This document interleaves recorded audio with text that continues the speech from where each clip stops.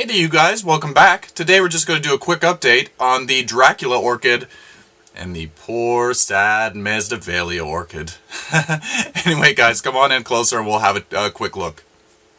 Okay, so the Dracula Orchid is doing actually really well. Considering when I first got it, I didn't know what I was doing, and I still don't know what I'm doing, so it's still flying by the seat of my pants. I have the Cool Mist humidifier going all the time, which you've seen. Actually, at the end of the video, I might as well show you that spot again. So, I've always had the humidity. I have it set to come on every hour for about 15 minutes. And just recently, I think I might have set it to come on for a little bit longer. So, I haven't really, haven't tested it, so I don't know exactly how long it comes on for. But it does come on more frequently and for a little bit longer period. It doesn't come on at night, only through the day. It's set on a timer. So anyway, I thought that I was watering it enough. And then one day, I'm like, hey, that sphagnum moss looks a little bit light in color. And I picked it up, and it was as light as a feather. The poor thing was as dry as a bone. The poor thing. And some of the roots, this root here used to be nice and green. This root here was green all the way to the tip, as you can't see because of the tag. And yeah, I was concerned, and I don't even know what I could say. But it was a scary time, because I'm like, oh crap, these don't like to be dry at all, so oh my god. So I thought I had killed it. Anyway, the leaves were pleated, and that's because of my neglect. And now I make sure to water it at least once a week. I give it a good drenching. It's got the humidity coming in at it all the time, so it stays moist really well. I don't want to overwater it so that it rots. So that's the method behind my madness. I'm trying to keep the sphagnum moss constantly damp. I don't want it to sit in soggy media. They still like to have good airflow. But yeah, it's been challenging. But I think I had 2 or 3 leaves on this. I think it was 3, maybe 2. I think it had this one and this one. But we'll check back. I'll link the old video in the comment section below, so you can see a before and after. I know that I've gotten at least 4 leaves, so that's pretty awesome. Hopefully the next leaves that come out are not as pleated as these. If so, then I need to reevaluate my situation. Maybe I need to put it in an aquarium with the same humidity system, so that maybe it stays a little bit more moist more of the time. It's rather cool in my basement. I was down here working recently, and there was like a cool, I want to say a breeze, but it wasn't a breeze. I don't know where it was coming from. And I think that's why some of the tropicals down here have gone more dormant than they should.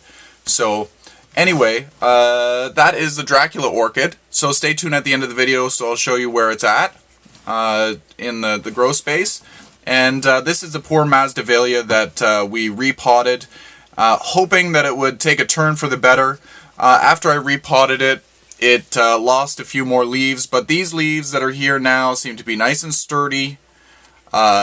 Yeah, I've got my fingers crossed. The other day I came down here and I noticed that there was some scale on one of the stems, so I quickly rubbed those off, and then I took some alcohol spray, alcohol water, and some soft soap, and just sprayed the crap out of it.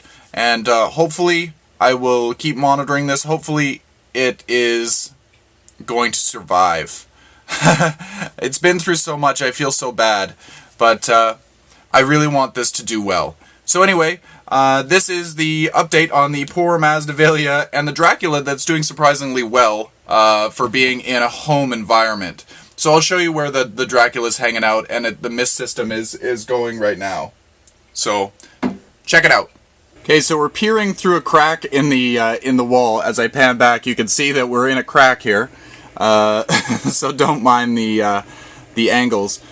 So the Masdevallia I have down on the bottom, and then I have the Dracula Orchid sitting on a pot, and it gets the constant flow of mist, and I've upgraded to a 2-liter bottle, or almost 2-liter bottle of water. And there is the humidifier, the Cool Mist humidifier. It's Bells and Howell. I purchased it through Amazon, and it was about $30, but I think it is a perfect deal. Because some of these mini humidifiers, they only have enough of a reservoir to go for a couple of hours, and then you've got to refill them. This one, I could choose the size of water reservoir that I want to use. So if I can find a bigger bottle with that size of nozzle, I'm good, or hole, or lid, or whatever you want to call it. The only thing is, you're restricted to the size of the bottle only for the stability. There are little wings at the bottom. As Chris, you found out, I told you about them.